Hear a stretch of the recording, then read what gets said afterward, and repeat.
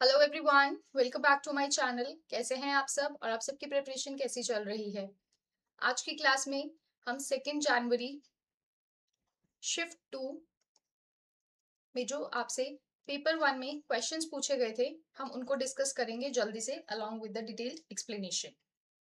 The first question says certain degree of intelligence is required for creative thinking. Reason बोलता है students with high intelligence are not necessarily creative. देखिए, ये आपका जो question है ये आपके टीचिंग एप्टीट्यूड से आया है। क्या सर्टेन डिग्री चाहिए जब आपको क्रिएटिव थिंकिंग करनी है? तो एक सर्टेन डिग्री, ठीक है, बिल्कुल सही बात है कि आपको जब भी क्रिएटिव सोचना है, आपको जब भी इमेजिनेटिव सोचना है, आपको कुछ भी इनोवेटिव सोचना है, there is a certain degree of intelligence which is required. Students with high intelligence are not necessarily creative. बिल्कुल सही बात है, जरूरी नहीं है जिन बच्चों का आईक्यू बहुत हाई होता है या फिर जो बच्चे हमेशा टॉपर्स होते हैं वो हमेशा क्रिएटिव होते हैं। It is not necessary, so reason is also correct, but it is not the correct explanation. अगर आप इसके बीच में बिकॉज लगाएंगे तो आपको समझ आएगा। देखिए, certain degree of intelligence is required for creative thinking because students with high intelligence are not necessarily creative. यहाँ पे पर्सनल लेवल पे बात हो रही है और यहाँ पे इन जनरल बात हो रही है, इसलिए जो यहाँ पे हमारा ऑप्शन नंबर 2 है वो हमारा करेक्ट आंसर बन जाएगा। Next question again from teaching aptitude. यहाँ पे आपको लिस्ट 1 और लिस्ट 2 उनके साथ मैच करना है। देखिए, जो हमारी राइटिंग डिसेबिलिटी है, राइटिंग डिसेबिलिटी हमें पता है किसको बोलते हैं, डिस्ग्राफिया को बोलते हैं। तो ए का सेकंड दो ऑप्शंस एलिमिनेट हो गए। अब नेशनल मिशन फॉर मेंटोरिंग, क्या ये आपको पता है किसका था? नेशनल मिशन फॉर मेंटोरिंग हमारा एनसीटीई का था और एनसीटी सी का फोर्थ दोनों में है। नेशनल असेसमेंट सेंटर, जो हमारा नेशनल असेसमेंट सेंटर है वो क्या है? हमारा परख। और सोशियो इकोनॉमिकली डिसएडवांटेज ग्रुप क्या आ गया? हमारा जेंडर आइडेंटिटीज। सो हमारा ऑप्शन नंबर 3 यहाँ पे करेक्ट आंसर बन जाएगा। नेक्स्ट क्वेश्चन टीचिंग एप्टीट्यूड से as per the information processing approach of learning which of the following statements is not correct. अब ये एक हमारा मॉडल होता है इंफॉर्मेशन प्रोसेसिंग अप्रोच, ठीक है, एक लर्निंग का मॉडल है या फिर हम इसको बोलते हैं information processing theory.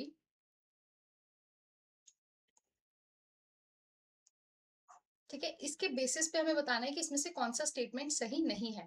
So learning is the construction of knowledge, correct statement है। Memory is the storage of knowledge, correct. Thinking is the logical manipulation of knowledge, correct. This approach doesn't categorise the types of knowledge, this is incorrect. It does categorise the types of knowledge. तो यहाँ पे जो हमारा correct answer बनेगा, हमारा option number जो 4 है वो करेक्ट आंसर बन जाएगा। Next question, which of the following sheets of arrange the following sheets of personality from lower order to higher order। आप इसको इंडियन लॉजिक में कंसिडर कर सकते हैं इस क्वेश्चन को। और एक नया क्वेश्चन था, आनंदमय कोश, प्रणमय कोश, अन्नमय, विज्ञानमय एंड मनोमय कोश। ठीक है, ये 5 आपको कोश दिए हुए थे और हमें इसको लोअर ऑर्डर से हायर ऑर्डर में अरेंज करना था। तो सबसे पहला आता है हमारा अन्नमय कोश विच इज फिजिकल शीट। तो जब सी से स्टार्ट होगा तो 3 ऑप्शंस एलिमिनेट हो गए, तो हमारा करेक्ट आंसर बन जाएगा ऑप्शन नंबर 2। ठीक है, उसके बाद आता है प्रणमय कोश, फिर आएगा मनोमय, विज्ञानमय और लास्ट में आता है आनंदमय कोश। टीचिंग एप्टीट्यूड से फिर से question, being a constructivist teacher you will not do what. Constructivist teacher कौन होते हैं? जो बिलीव करते हैं कि जो नॉलेज है, नॉलेज कैन बी कंस्ट्रक्टेड। अब अगर आप इस चीज में बिलीव करते तो आप क्या नहीं करेंगे? Make your learners more active, बिल्कुल करेंगे। Then giving opportunity to learners to integrate what is present and what they already know, बिल्कुल। Considering learners as sense makers who construct knowledge, बिल्कुल। Giving study materials to learners to recall the content, no. ये हम छोटे बच्चों के लिए करते हैं ना, जब हम मेमोरी लेवल पे करते हैं, रिकॉल एंड रोट मेमोराइजेशन। सो आप ये नहीं करेंगे, तो इसलिए यहाँ पे हमारा करेक्ट आंसर बन जाएगा option number 4। Now next question research aptitude से, box plot is useful for displaying the information on. देखिए, जो बॉक्स प्लॉट होता है वो आपके आउटलायर्स को रिप्रेजेंट करता है, कोरिलेशन को नहीं करता है, मीडियन को करता है, ऑटो कोवेरियंस को नहीं करता है. So option number 3 A and C will be the correct answer. Identify the correct sequence of the process of deduction. Deduction, ये आपका जो क्वेश्चन है रिसर्च एप्टीट्यूड से है. डिडक्शन का मतलब क्या है? जीडीपी, यानी जनरल से आप पर्टिकुलर की तरफ जा रहे हैं. जो चीजें यूनिवर्सली एप्लीकेबल है आप उसको स्पेसिफिक केसेस के ऊपर अप्लाई करने की कोशिश करते हैं. तो यहाँ पे स्टार्ट किससे होगा? थ्योरी से स्टार्ट होगा, यानी सी से स्टार्ट होगा. दो ऑप्शंस हो गए, एलिमिनेट. अब थ्योरी के बाद क्या आएगा? क्या डेटा कलेक्शन आएगा या हाइपोथेसिस? हाइपोथेसिस आएगा ऑब्वियसली. ठीक, हाइपोथेसिस के बाद आप क्या करते हैं? You collect your data. उसके बाद फाइंडिंग्स होती है और उसके बाद लास्ट में आप हाइपोथेसिस को टेस्ट करते हैं बाय यूजिंग वेरियस पैरामेट्रिक और नॉन पैरामेट्रिक टेस्ट. तो यहाँ पे ऑप्शन नंबर 2 जो होगा करेक्ट आंसर बन जाएगा. नेक्स्ट क्वेश्चन, रिसर्च एप्टीट्यूड से मिक्स्ड मेथड डिजाइन और उनके नेचर्स दिए हैं. जो हमारा क्वांटिटेटिव से क्वालिटेटिव की तरफ जाता है. क्वांटिटी, देखिए दो स्टडीज होती है हमारी, quantitative which deals with numbers और qualitative which deals with words. और जब इन दोनों का मिक्स मेथड हम यूज, मतलब इन दोनों को इकट्ठे यूज करते हैं, उसको हम मिक्स्ड मेथड अप्रोच बोलते हैं. ठीक है, तो पहले क्वांटिटेटिव हो रहा है और फिर क्वालिटेटिव हो रहा है, तो उसको हम बोलते हैं एक्सप्लेनेटरी सीक्वेंशियल डिजाइन. जब पहले हम आधी स्टडी क्वांटिटेटिव कर रहे हैं, आधी स्टडी बाद में जो फॉलो अप है वो क्वालिटेटिव हो रहा है. It is explanatory sequential design. So A का सेकंड, दो ऑप्शंस एलिमिनेट हो गए. ठीक है, फिर क्वालिटेटिव एक बड़ी ब्रॉड पिक्चर है एंड क्वांटिटेटिव इज अ सब part of that qualitative structure. तो वहां पे एम्बेडेड होगा, है ना, ये इसके अंदर है ना, एम्बेड एम्बेड किया हुआ है. सो दिस इज बी का थ्री करते ही उसके बाद पहले क्वालिटेटिव फिर quantitative exploratory and qualitative plus quantitative convergent parallel paradigm. So option number 4 जो होगा करेक्ट आंसर बन जाएगा. Next question, qualitative content analysis of the documents relating to different time periods pertains to longitudinal. ये मैंने आपको last class में भी समझाया था. क्रॉस सेक्शनल क्या हो गया कि आप एक ही टाइम पे, सिंगल पॉइंट ऑफ टाइम पे आप अलग अलग डिफरेंट सैंपल्स ले रहे हैं. This is cross sectional. लेकिन लॉन्गिट्यूडनल भी क्या होता है? सैंपल सेम होता है, सैंपल इज सेम, लेकिन जो टाइम ड्यूरेशन होता है वो डिफरेंट होता है, इसलिए इसका जो आंसर है वो लॉन्गिट्यूडनल हो जाएगा.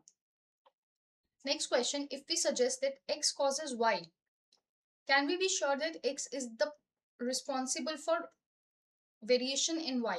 इसको हम बोलते हैं इंटरनल वैलिडिटी. यानी अगर हमारा ये दो वेरिएबल्स है, इंडिपेंडेंट और डिपेंडेंट वेरिएबल, ठीक है, जैसे आप समझिए ये आवर्स ऑफ स्टडी है और ये स्टूडेंट परफॉर्मेंस है.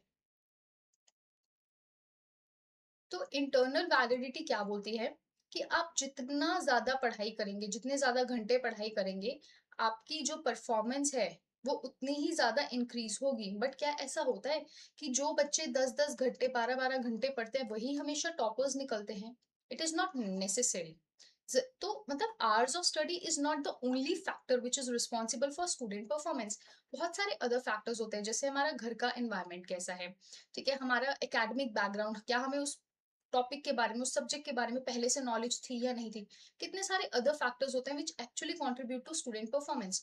तो इन्होंने क्वेश्चन में यही पूछा है कि अगर X it is causing Y, ठीक है, यानी अगर आवर्स ऑफ स्टडी की वजह से स्टूडेंट परफॉर्मेंस इंक्रीज हो रहा है, तो क्या यही खाली इकलौता रिस्पॉन्सिबल फैक्टर है? ये कौन बात करता है? ये इंटरनल वैलिडिटी बात करते हैं. क्वेश्चन नंबर 11 असर्शन रीजन का कम्युनिकेशन से है. Assertion बोल रहा है people who are shown television news edited to draw attention to a particular problem assign greater importance to that problem. बिल्कुल, जब आप न्यूज देखते हैं तो वो कितना बढ़ा चढ़ा के उस प्रॉब्लम को इतना एम्फसाइज करते, इतना इंपॉर्टेंस देते हैं कि उस न्यूज के आगे बाकी कोई न्यूज कुछ भी नहीं है. Reason, people learn how much importance to attach an issue और topic from the emphasis the mass media places on it. अगर मास मीडिया या हमारा जो टेलीविजन है या जो हमारी न्यूज एजेंसी अगर किसी न्यूज को बार बार रिपीटेडली टेलीकास्ट कर रही है, तो हमें लगता है कि वो न्यूज कितनी ज्यादा इंपॉर्टेंट है. सो क्या ये चीजें ठीक है? ये बिल्कुल ठीक है. तो यहाँ पे हमारा ऑप्शन नंबर 1 करेक्ट हो जाएगा। और ये हमारा एजेंडा सेटिंग थ्योरी जो है मास मीडिया की, ये उसके बारे में बात करता है। Next question, arrange the following sequence according to Nowak and Warneryd model of communication campaign. अब देखिए, सबसे पहला आता है हमारा इंटेंडेड इफेक्ट, तो डी सबसे पहले आएगा। डी के पहले आते ही बाकी सारी स्टेटमेंट्स कैंसिल हो जाएंगी। अब इंटेंडेड इफेक्ट, ठीक है, उसके बाद आता है हमारा पॉइंट्स ऑफ डिपार्चर, फिर आता है हमारा receiving group, manipulative factors and then we have obtained effect. तो ऑप्शन नंबर 2 जो होगा हमारा करेक्ट आंसर बन जाएगा। Next question, affirmation, reaffirmation, purification and subversion, ये आपका फिर से कम्युनिकेशन से है। सो अफर्मेशन क्या होता है? अफर्म करना, यानी आप क्रिएट कर रहे हैं। When you are creating something, you are affirming something. So एक सेकेंड, एक ही ऑप्शन में है। रीअफर्मेशन, क्या आप रिवाइटलाइज कर रहे हैं, ठीक है, आपने कोई कुछ इमेज क्रिएट किया, अब आप उसको दोबारा से रिवाइटलाइज कर रहे हैं, रीचेक कर रहे हैं, that is reaffirm. Then comes purification, purify मतलब करना, रिफाइन करना, एंड सबवर्जन मतलब attempt to undermine an image. So option number 2 will be the correct answer. Next question, view of mass communication as the representation of shared belief where reality is produced, maintained, repaired and transformed. देखिए यहाँ पे बात हो रही है shared belief की, जहाँ पे हम शेयर्ड बिलीफ दिखा रहे हैं, रिप्रेजेंट कर रहे हैं, वो तो हमारे रिचुअल ही होते हैं ना। So ritual perspective, the study of communicative effect of time is known as chronemics. Option number 1. Now next question, logical reasoning, मतलब इंडियन लॉजिक से, हेत्वाभास से। All bipeds are rational, swans are bipeds, therefore swans are rational. So ये किस चीज की fallacy है या हेत्वाभास है? It is the fallacy of savyabhichara. सव्यभिकारा मतलब क्या होता है? हमारा इररेगुलर मिडल। ठीक है, यहाँ पे मिडिल टर्म क्या है हमारी? बाइपेड्स। ठीक है, तो बाइपेड्स का मतलब क्या है? Those who have two legs, जो दो टांगों पे चलते हैं। तो क्या सारे बाइपेड्स रैशनल होते हैं? दो टांगे तो स्वान्स की भी होती हैं, दो टांगे हमारी ऑस्ट्रिच की भी होती हैं, तो वो सब क्या रैशनल होते हैं? वो सब रैशनली थिंक करते हैं? No. So this is irregular middle, savyabhichara. So option number 3 will be the correct answer. Now logical reasoning से स्टैंडर्ड फॉर्म दी हुई हमें कैटेगोरिकल प्रोपोजिशंस की, हमें सिंबॉलिक रिप्रेजेंटेशन बताना है। So all S S P, यानी all S S P, so ये आएगा S P bar equals to 0, A का फोर्थ, बाकी सारी स्टेटमेंट्स कैंसिल हो गई। अब देखिए, नो एस एस पी, जब दोनों में कोई रिलेशन ही नहीं है तो दोनों चीजें 0 हो जाएंगी। Some S S P not equal to 0 and some s is not p, s p bar is not equal to 0. So option number 3 will be the correct answer. Now next question, again logical reasoning से है, an argument can never be valid if all the premises are false and the conclusion is false as well. If an argument is valid and its premises are true, we may be certain that the conclusion is also true.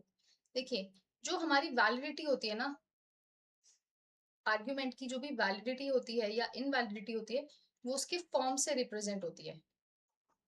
तो चाहे premises false है, conclusion false है, true है, false है, जो भी है, ठीक है, उससे वैलिडिटी पे कोई इफेक्ट नहीं पड़ता। सो इन्होंने बोला आर्ग्यूमेंट की कैन नेवर बी वैलिड, तो ये गलत स्टेटमेंट है। सो यहाँ पे जो हमारा करेक्ट आंसर बनेगा, it will be option number 4, कि ए करेक्ट नहीं है लेकिन आर जो है वो करेक्ट रीजन है।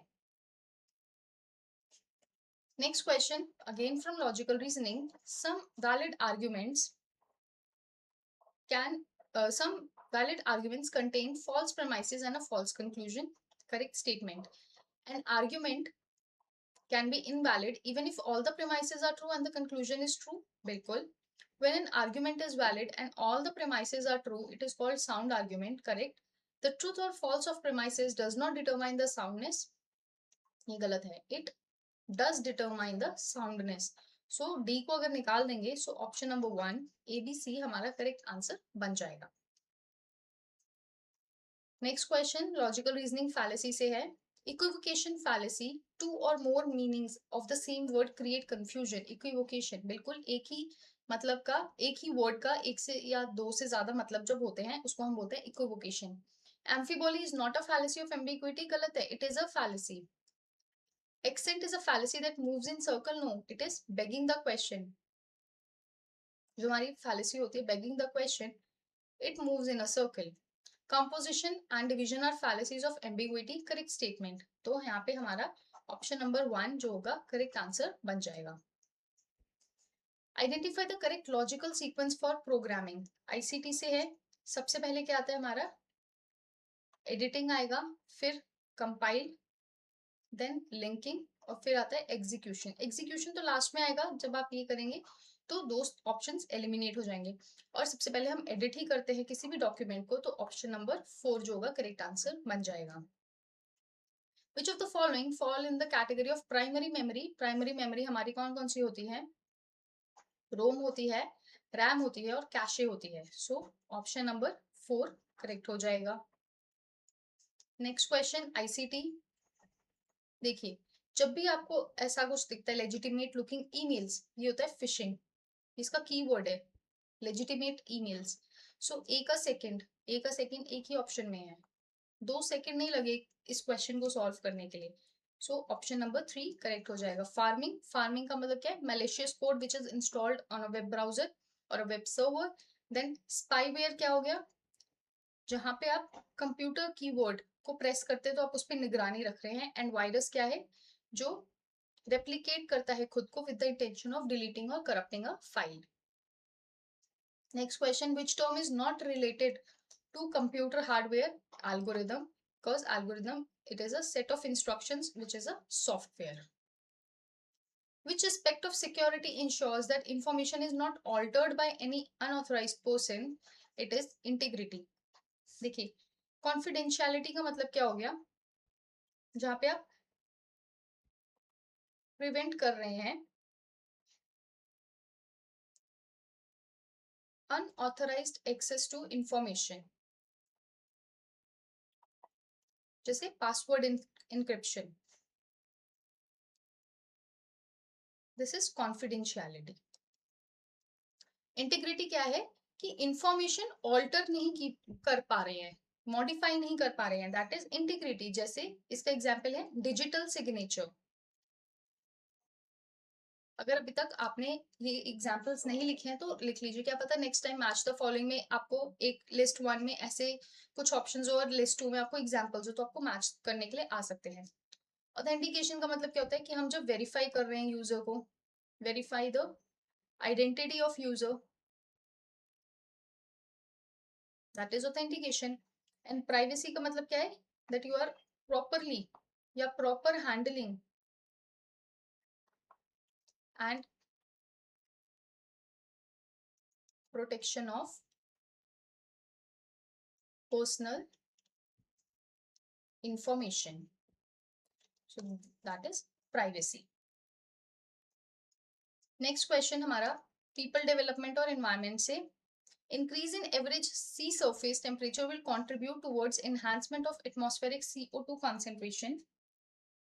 करेक्ट स्टेटमेंट है कि जैसे जैसे सरफेस लेवल का जो टेम्परेचर होता है वो बढ़ता है, ऑब्वियसली जो CO2 का कंसेंट्रेशन है वो भी एटमॉस्फेयर में बढ़ता है।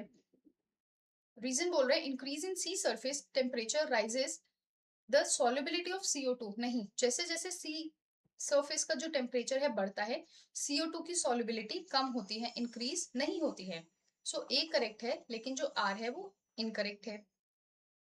Next question, suppose the water of a lake is contaminated by a pesticide. Arrange करना है हमें इंक्रीजिंग ऑर्डर में।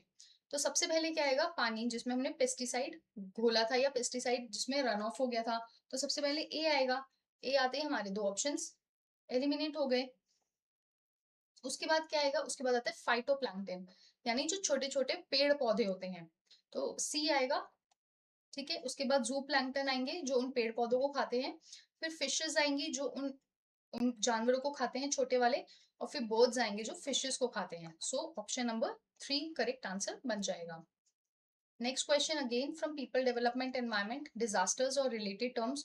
मुझे एक ही पता है इसमें से कि जो ड्रॉट होता है ना, it is related to famine, क्योंकि जब बहुत देर तक, बहुत सालों तक सूखा पड़ जाता है तो इट रिजल्ट्स इनटू फेमाइन। सो सी का फोर्थ एक ही ऑप्शन में था और मेरा पूरा आंसर बन गया। ट्रॉपिकल साइक्लोन, स्टॉर्म सर्जेस, उसके बाद लैंडस्लाइड, सॉलिफ्लुक सॉलिफ्लक्शन एंड अर्थक्वेक क्या है, शॉक वेव्स। तो option number 2 will be the correct answer. The blue baby syndrome, nitrate. So option 3. Biogas is a mixture of methane and hydrogen. ठीक है, methane is CH4 and hydrogen is H2. So इन दोनों को mix करके combine करके हमारी biogas बनती है। Now next question from higher education. Which body proposed graduate attributes? ठीक है, ये हमें GEC यानी जनरल एजुकेशन काउंसिल, ठीक है, हमारी HECI के 4 वर्टिकल्स होते हैं जिसमें एक काउंसिल होता है general education council, and it is the fourth pillar या फोर्थ वर्टिकल ऑफ HECI जिसने प्रपोज किया था graduate attributes. Next question higher education से, which among the following is not true? ठीक है, for pursuing 2 academic programmes simultaneously. So UGC ने 2022 में कुछ गाइडलाइंस निकाली थी 2 अकेडमिक प्रोग्राम्स के लिए। सो इसमें से कौन सा सही नहीं है, वो है ऑप्शन नंबर 4 कि एक student full time academic program pursue कर सकता है along with PhD in a physical mode, ऐसी कोई बात नहीं हुई थी। ये बाकी के जो 3 ऑप्शन है ये करेक्ट है। सो ऑप्शन नंबर 4 जो होगा हमारा करेक्ट आंसर बन जाएगा। Next question, assertion says education builds character and enables the learners to be ethical, rational, compassionate and caring. Correct. Our current education policy proposes curriculum and pedagogy of higher education institutions to develop among the students a deep sense of respect towards fundamental duties and constitutional values. Correct है, so both are correct and it is the correct explanation of A. Next question, हमें arrange करना है chronological order को इन universities का। देखिए UGC आया था 1956 में, केब आया है 1920 में, NETF national educational technology forum 2020 में आया था, इग्नू आया था आपका 1985 में, और NMC नेशनल मेडिकल कमीशन आया था आपका 2019 में। तो जब आप इनको अरेंज करेंगे अकॉर्डिंग टू द एस्टैब्लिशमेंट, तो सबसे पहले आएगा बी के आते ही 2 ऑप्शंस एलिमिनेट हो गए, और 1920 के बाद आएगा 1956 ए। ठीक है, तो ऑप्शन नंबर 4 जो होगा हमारा करेक्ट आंसर बन जाएगा। नेक्स्ट क्वेश्चन हायर एजुकेशन से, बॉडी ऑफ यूनिवर्सिटी और उनके फंक्शंस दिए हुए हैं। देखिए जो कोर्ट होता है या जो सेनेट होता है उनका क्या काम क्या है, it is the department which is specific to academic body. नहीं गलत, 1 मिनट, कोर्ट, सॉरी, कोर्ट या सेनेट जो होते हैं दे रिव्यू एंड एडवाइस। ठीक है, वो रिव्यू करते हैं और एडवाइस करते हैं ब्रॉड पॉलिसीज को यूनिवर्सिटी की। फिर आता है हमारा एग्जीक्यूटिव काउंसिल। एग्जीक्यूटिव काउंसिल क्या करता है, it is the highest decision making body, B का 3। तो ऑप्शन नंबर 4 करेक्ट बन जाएगा। एकेडमिक काउंसिल क्या करते हैं, एकेडमिक मैटर्स पे बात करते हैं, and board of studies is department specific academic body. ठीक है, ये इसके साथ है। सो ऑप्शन नंबर 4 यहाँ पे करेक्ट आंसर बन जाएगा। अब आपसे ये पैसेज रीडिंग कॉम्प्रिहेंशन पूछा गया था एग्जाम में। ठीक है, so behaviourist do not concise और do not recognise which of the following in their study of human actions. ठीक है, तो आप जब इसको पढ़ेंगे आपको पता चलेगा कि फर्स्ट क्वेश्चन का जो आंसर था it is conscious thought, answer number 1। In the passage, instead of the word purge, which of the following words can be used? तो purge के लिए हम लोग cleanse word का use करेंगे in terms of reading comprehension. According to behaviorism, all human actions is conditioned response. ठीक है, ये हमने पढ़ा हुआ है, PF Skinner और इवान पावलोव ने हमें बताया था। One widely held assumption of psychology is that Conscious thoughts usually control human actions. When people want a reward, they behave in a certain way because of positive stimulus. आप passage पढ़ेंगे, passage बहुत easy है. So that was all for today. Thank you so very much for watching. अगर video पसंद आई है तो please video को like कीजिए, चैनल को सब्सक्राइब कीजिए और अपने फ्रेंड्स के साथ शेयर जरूर कीजिए. नेक्स्ट शिफ्ट हमारी जो 3 जनवरी की थी, फर्स्ट शिफ्ट, अब हम नेक्स्ट क्लास में उसको डिस्कस करेंगे. Thank you so very much once again. See you soon. Bye bye.